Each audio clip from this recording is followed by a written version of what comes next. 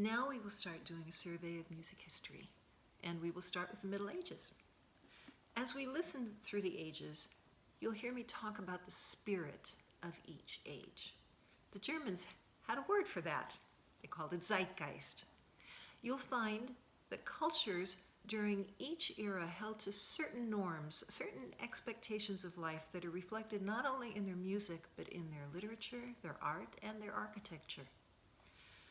The era referred to as the Middle Ages ran from 450 to around 1450. Notice I say around. Nobody wakes up in the morning and says, I guess this is the Renaissance. The progression of human thought is gradual. The name Middle Ages is given by historians who considered the era to be of little cultural worth, landing in between the fall of Rome and the remarkable artistic achievements of the Renaissance. In respect to European history, there is some relative truth to that, especially when discussing the earlier Middle Ages. So let's first talk about the early Middle Ages. Between the 7th and the 10th centuries, there was the disintegration of the Roman Empire, and Europe broke down into a mosaic of little farms looked over by feudal lords or by the church. Cities disappeared. Written communications and road systems that were in use during the Roman Empire broke down. People became virtually immobile. The period is sometimes referred to as the Dark Ages, when wars raged. So what is the literature that comes to us from here? The main piece is Beowulf, a name that sticks in my head because my early English literature teacher made me read this in Old English. At any rate, reflecting the warlike spirit of this era, the book tells of demons who terrorize Danish warriors but are overcome by the celebrated warrior Beowulf. The art of this era was Byzantine, a mostly religious style of art that is one-dimensional and somewhat severe, named after its Greek influence. This art reflects the spiritual attitudes of the era. The god is remote, unreachable, mysterious, and that he must be worshipped through the intermediary of a priest. This concept fit well with the spirit of this era, that hell is real and heresy is a grave crime. The church was very powerful in this era. Everyone tithed 10% of their income to the church, which became quite wealthy, while the vast majority of the population lived as serfs in mud huts, indentured to feudal lords. Through this and succeeding centuries, the church then had the money to become the principal patron of art and architecture. So it is that the first remnant of music that we have coming to us from this period is from the Catholic Church. And it comes to us as simple chants used for church services. They were called Gregorian chant after Pope Gregory, not because he wrote them, but because he was the person who told everybody else to write them down. Up until then, they had just been passed on from one monk to another. While very simple, this chant became the core of the Catholic Mass and the foundation of more intricate music that followed for nearly 1,000 years. Let's listen to an example of this.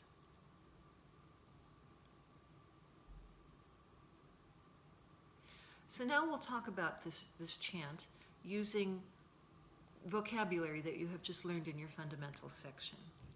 The melody has a limited range and moves in a stepwise progression. You'll notice there are no leaps. The lyrics are written in Latin. The mode is church modes. The texture is monophonic. And the rhythm is free. It has no sense of beat. Since this music had a limited range and no rhythm, notating it was not as complex as what we need for today's music notation. Here is a sample of the notation used at that time. Scribes developed the first system of music notation to record this on manuscript using just 4 lines and placing note heads on them called neumes, simply differentiating if the music lines ascended or descended. There was no need to notate rhythm, as there really wasn't any. Here is another example of Gregorian chant, written by Hildegard of Bingen, born in 1096, so later than the first sample you heard. She was a very unusual nun, active in religious and diplomatic affairs. She wrote poetry and music, treatises on theology, science, and medicine, and actually wrote a music drama, Play of the Virtues. Wow, musical theater in the Middle Ages, except that it was a morality play and it was in Latin. It is rare that any composer is remembered from this era at all, when works were rarely written down and usually unsigned, but it is exceptional that it was a woman. Here is Os Exores, composed for the nuns in Hildegard's convent. While Gregorian chant is monophonic, so unaccompanied, this recording happens to be accompanied by a drone, long notes played on a medieval bowed string instrument called a fiddle. You'll notice that in this later Gregorian chant, the melody moves more. There are more notes to each syllable of the chant.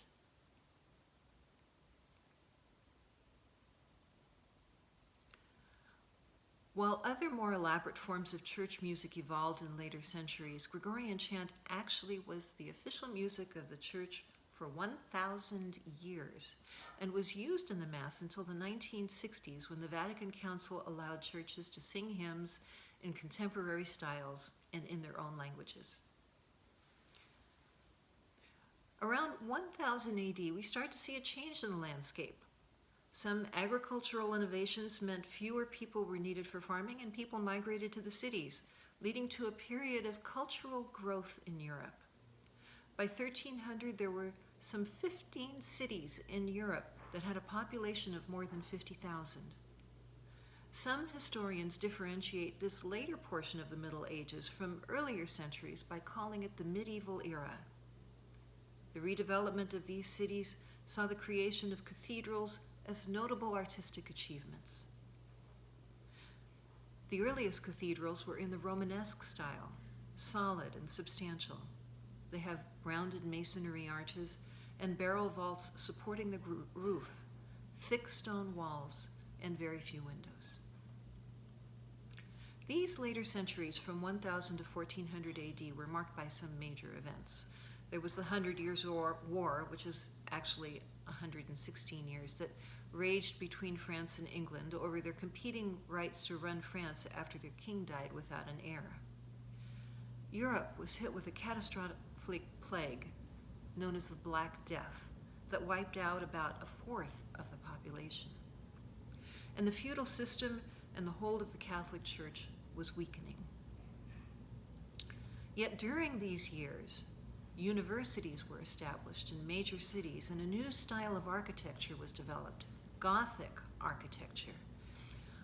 I'm grateful to have been to Europe a few times, and while there I became an insufferable church hopper. Gothic churches are mystical and spellbinding, with huge stained glass windows, pointed vaults and arches, spires and flying buttresses. In contrast to the heavier Romanesque architecture, Gothic architecture seems to be almost weightless. Around this time, music started to become more complex. After centuries of singing monophonic Gregorian chant, some adventurous monks decided to break into harmony. Nothing too daring, just running a second line parallel to the melody, but a fourth or fifth away. After a while, the second line became independent of the first, creating the first version of polyphony called organum. Remember that polyphony is determined by two or more lines of equal importance played at the same time. So the original Gregorian chant was often sung in long, low notes, at some point becoming almost undistinguishable, while the additional line moved more quickly above it. In the mid-1300s, French composer Guillaume de Machaut created the first complete polyphonic setting of the Mass using four-part harmony. Machaut spent his life in the service of various royal families and often presented beautifully decorated copies of his music to nobility. Because of this, he became one of the few musicians to actually be credited with his work. The Catholic Mass Ordinary has 5 sections: the Kyrie, the Gloria, the Credo, the Sanctus, and the Agnus Dei.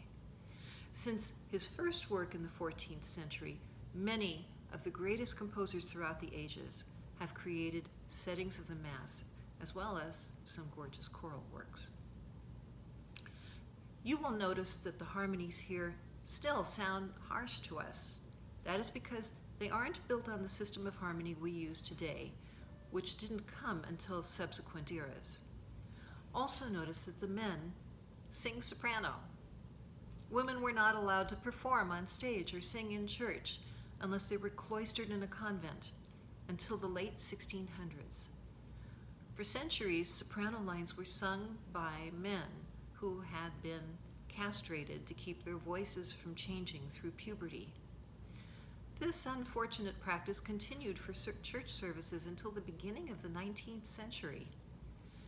It produced a soprano voice that was able to hold the same volume as the male voices. While they were later replaced by boy sopranos, there was a problem with balancing the parts, as little boys don't have the same power as adult men. The listening guide is in the section on Guillaume de Machaut in your ebook. While most of the music in the Middle Ages was sacred, we do have evidence of some non-sacred, or what is called secular, music from this era, often performed by traveling noblemen named troubadours, or in France, trouvères. On a rare occasion, you would find a female troubadourette. These songs were sung in the language of the people, the vernacular, and often were about love. Melodies were monophonic, but might have been accompanied by a harp or a lute. Minstrels, who were more lower class in status, also performed for whatever coins they could earn. Here is A Chantar, a love song by Biarritz, Countess of Dia, from the late 12th century, the only song that has survived from a female troubadour. Remember that troubadour songs are sung in the vernacular, so this is in French. She is accompanied by a vielle, a medieval bowed string instrument. Machaut also wrote secular music. Here he sings of his lost love in what is translated as "Since I Am Forgotten by You," written in 1363. 2 lower lines accompany him. In this recording, they are voices that sing without text, but they could have been performed by instruments. This estampille gives you the sound of instruments from this era played on a rebec, a pipe, and a psaltery.